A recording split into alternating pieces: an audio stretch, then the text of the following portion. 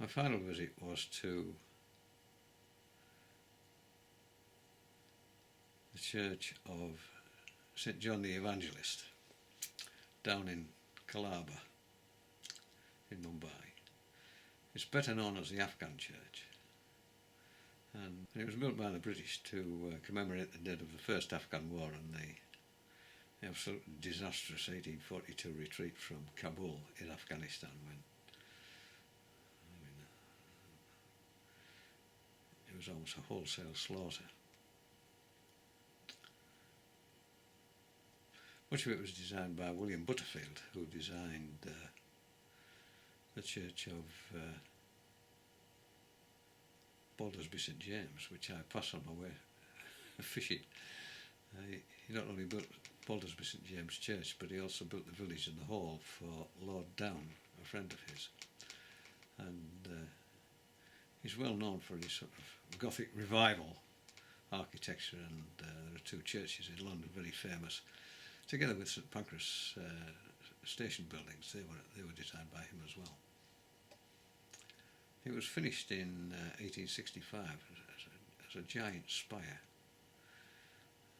It has 8 bells, which is supposed to be the best in northern India. But looking at the state of the shuttering on a spire, I wouldn't like to think I was ringing all 8 at once. The whole place might collapse down around your ears.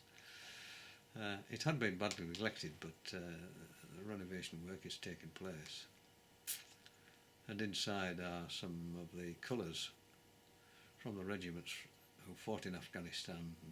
They're in a state of complete disintegration, but they are protected now, which is nice to see. And this is the church itself, the Afghan church.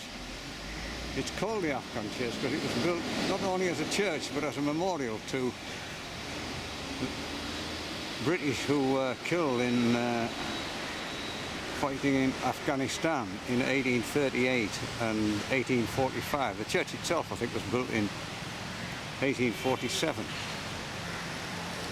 You can see up there on the steeple.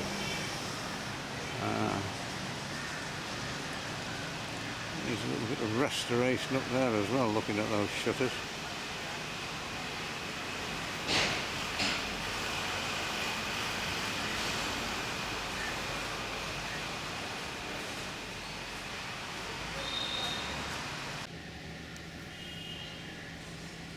And this is the other side of the church.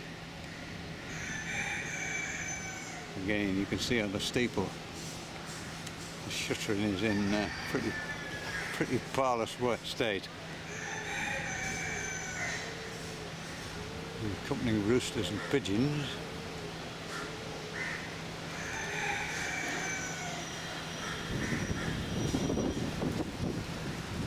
So this is the Afghan church, which the caretaker has very kindly let me into because it's his lunch break. And it's a magnificent building inside, but he tells me it has a very, very small congregation now, because this is mainly down amongst the Indian Army barracks and places, where there are very few Anglicans.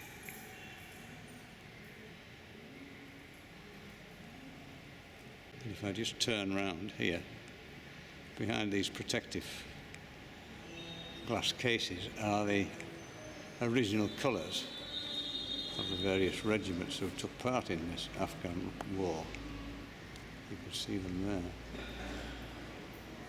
They're in a pretty parlous state as well, but at least they are protected. And it has wonderful stained glass.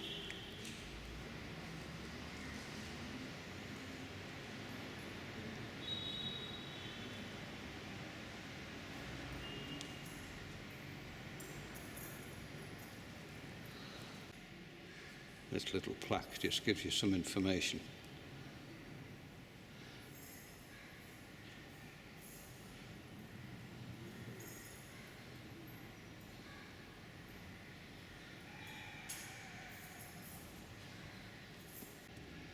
It has a very typical floor. And this wonderful altar.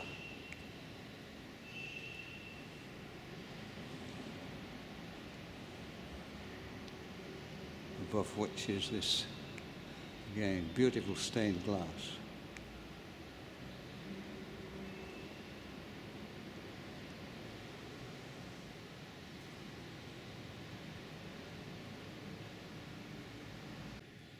And these panels, together with many others, hold the names of the British, I have to say, officers. And too many to note.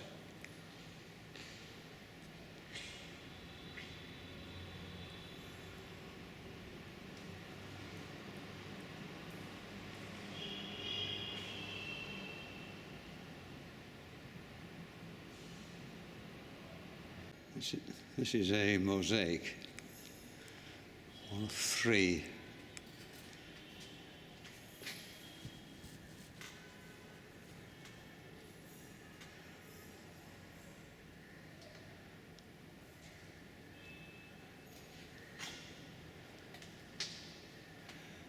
Very, very high arch, and looking all the way down the nave.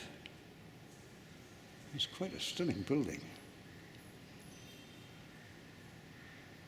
Very, very tall. Little screen which separates what's called the chancel, is it? The altar.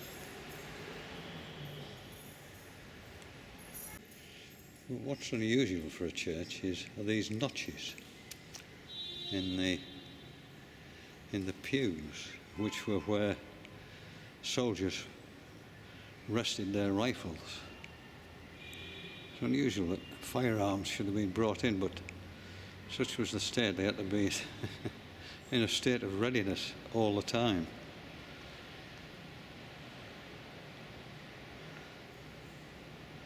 And all down the sides, it's just more or less plain glass, slightly coloured. So you get this wonderful light inside.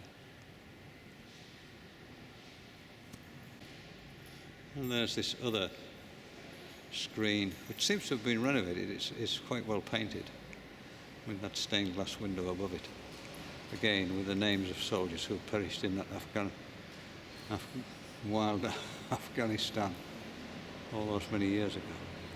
In the churchyard, which has recently been cleared, there is a marble memorial with names on 4 sides, referring to something which happened in Nemuch and Kulab. And having arrived home, I've tried to find some information about this, but I can't find anything anywhere.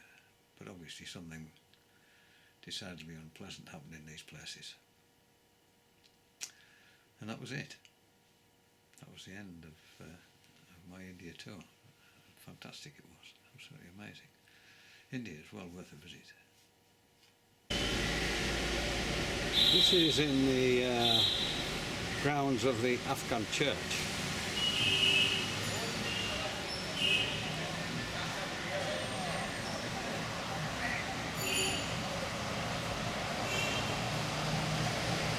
Who died at these 2 places, Nemuch and Kulab,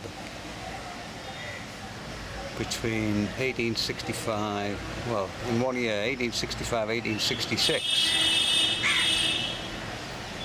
And it makes pretty grim reading. I don't know where this is. I'll look it up on the web when I get back. But unusually, it mentions the privates as well as the officers.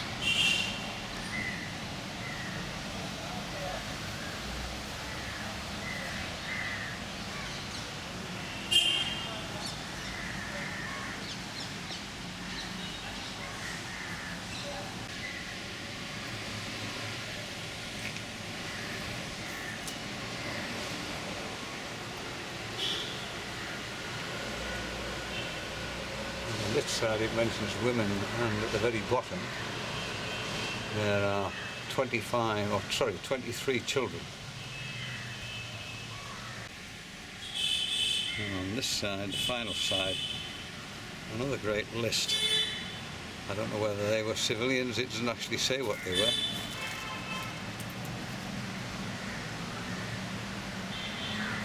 And again at the bottom, some women and another 14 children. So what went on there, I don't know, but it sounds pretty horrible. And that's all that remains in the churchyard on this side. Well, I took a black and yellow taxi down to the Afghan church for 100 rupees. It started off at 250, but we ended up with 100. It's a lovely place, it's well worth going to visit. There's nothing else down there other than that. And then I just had a slow meander back up the street. Fascinating, what's going on, and busy. And it took me 3/4 of an hour, but I wasn't going at any pace at all. Too blooming hot. I mean, it must be, I would think it must be 35.